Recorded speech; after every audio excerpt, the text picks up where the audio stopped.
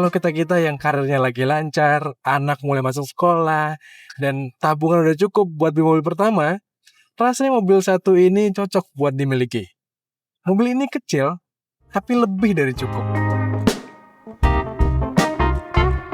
SUV compact kayak gini rasanya banyak jadi pilihan kita-kita yang mau cari mobil pertama untuk keluarga. Selain menawarkan kepraktisan ala SUV, fleksibilitas karena tinggi, mobil di kelas ini juga harganya menarik sekali. Masih 300 jutaan kecil lah. Suzuki Fronx SGX ini adalah tipe termahal yang dijual seharga 320 jutaan kurang sedikit. Dibandingkan rival-rival dari Jepang, Fronx SGX ini memang bukan yang paling terjangkau. Tapi harus diingat, mesin Fronx ini 1500 cc 4 silinder. Jadi secara head-to-head, performa sih ketemu langsung dengan WRV ya. Kalau dibandingkan dengan rival di kelasnya, sesama mobil Jepang, harus diakui kalau Suzuki Fronx ini menurut saya, tampangnya yang paling stand out. Memang mobil Tascam kali ini tuh dikasih clear warna hitam yang bisa dibilang flat aja, tapi penggunaan lampu utama, DRL, dan siluet desain yang agresif kayak gini membuat mobil ini jadi tampilannya sangar banget. Nih, dari samping juga adalah bagian yang paling saya suka. Karena penggunaan garis atap yang model coupe gini, terus kelihatan berotot dengan over fender yang juga gondrong. Ini sih rasanya tinggal peleknya diganti ban yang all terrain, dan diatur supaya nggak terlalu cingkrang. Tampangnya sih bakal jumawa banget deh. Dan dari belakang, saya juga suka banget sama penggunaan lampu LED yang melintang kayak gini. Kelihatan modern banget. Dan kalau kita bicara soal SUV yang kecil kayak gini, pasti pertimbangan kita adalah soal akomodasinya. Tapi jangan khawatir, karena mobil ini kalau untuk keluarga muda sih, ya untuk bawa stroller 2, bawa perlengkapan harian, bawa mau dipakai untuk belanja bulanan, ini sih lebih dari cukup. Secara akomodasi, harus diakui mobil di kelas SUV kecil kayak gini memang menantang.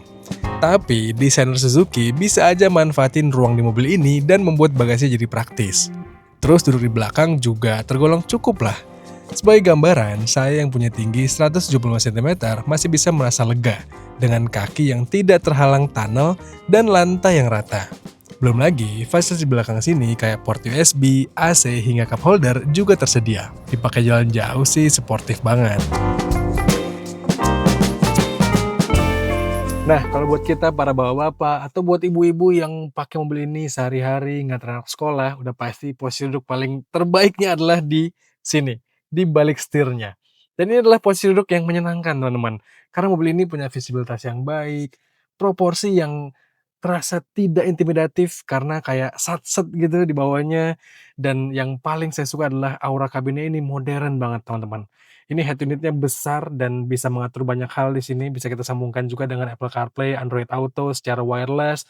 Bisa memantau banyak hal juga. AC-nya lengkap pengaturannya. Ada wireless charging dan jangan lupakan teman-teman, Suzuki just being Suzuki. Ini mobil yang gampang sekali digunakan, intuitif. Mobil ini punya banyak fitur, tapi punya banyak tombol fisik juga, sehingga kita gampang untuk mengatur-ngaturnya dan gampang untuk mempelajari mobil ini. Jadi ya itu salah satu kelebihan dari Suzuki Fronx ini.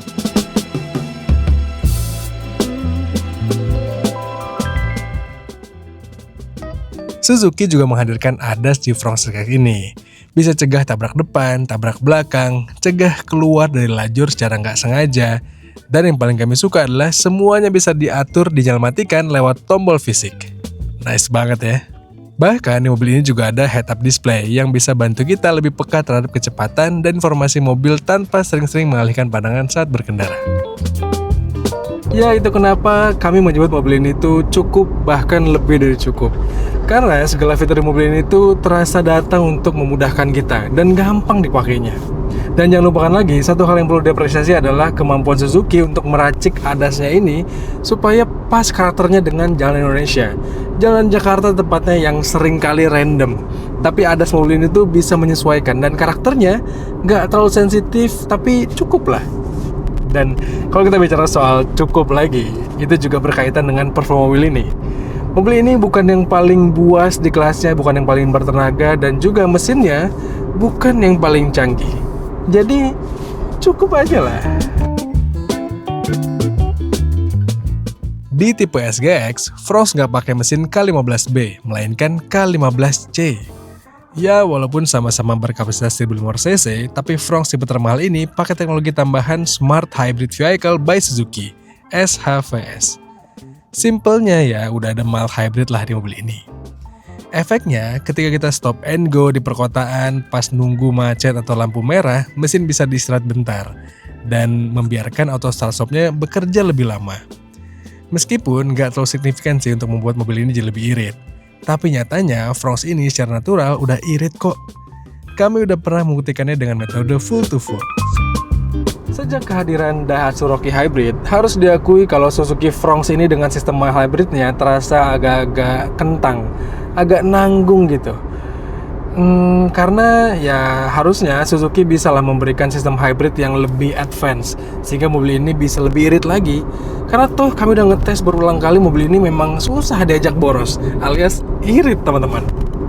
Tapi ya harus diakui juga, kalau kita-kita yang masih menganut sistem tradisionalis, yang masih suka mesin konvensional, mesin Suzuki Fronx ini, K15 seriesnya Suzuki, yang notabene 1500 cc, 4 silinder, pasti terasa cukup lah. Meskipun ya performanya bukan yang terbaik di kelasnya, masih ada Honda WRV yang lebih kuat, tapi kehadiran mesin Suzuki yang terkenal badak, terkenal reliable ini dengan transmisi otomatis konvensional yang juga lengkap dengan pedal shifternya membuat kita jadi rasanya bisa sedikit bersenang-senang. Apalagi kalau kita yang menghadapi rute menanjak sehari-hari, yang menghadapi rute bisa menyalip orang lain, ya pastinya dengan pedal shifter ini akan lebih memudahkan karena tinggal turunkan aja giginya, bermain-main, colek,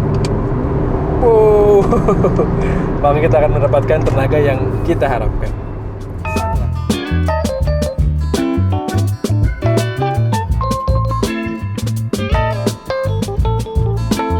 Kami juga suka karakter handling dan suspensi mobil ini yang terasa pas buat dipakai di berbagai kondisi.